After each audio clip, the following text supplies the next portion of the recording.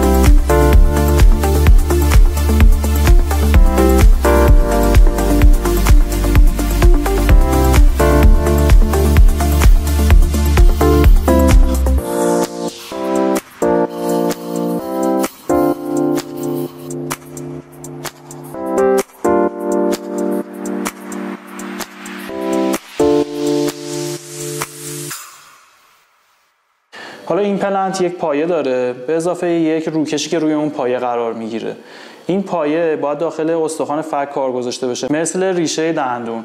بنابراین باید یک جای درستی قرار بگیره. نمیتونیم هر جایی که جای خالی وجود داره بیایم یه پیچ بذاریم و بعد روش روی روکش قرار بدیم و بگیم که خب حالا مثلا این شده ایمپلنت. یه سری قواعدی وجود داره. باید استخوان مناسبی دور اون در واقع پایه وجود داشته باشه و از لحاظ زاویه و جهت‌دهی هم جای درستی قرار گرفته باشه. با توجه به این توضیحات الان میتونیم بفهمیم که ایمپلنت دیجیتال به چه دردام میخوره.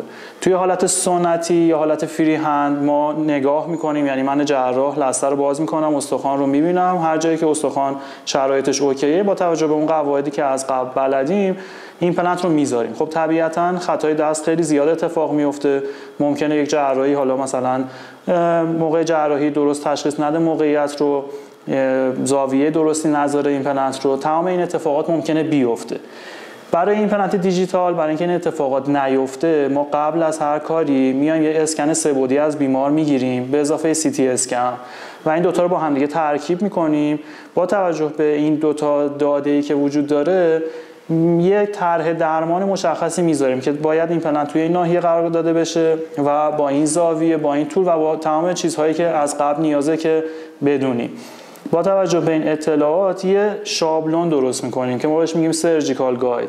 این شابلون رو موقع جراحی ازش استفاده میکنیم، میذاریم روی اون قسمتی که قرار ایمپلنت گذاشته بشه و با استفاده از این راهنما دقیقاً همون قسمتی که قرار ایمپلنت گذاشته بشه رو ما فقط دریل میکنیم و ایمپلنت هم دقیقاً توی همون مسیر قرار میگیره.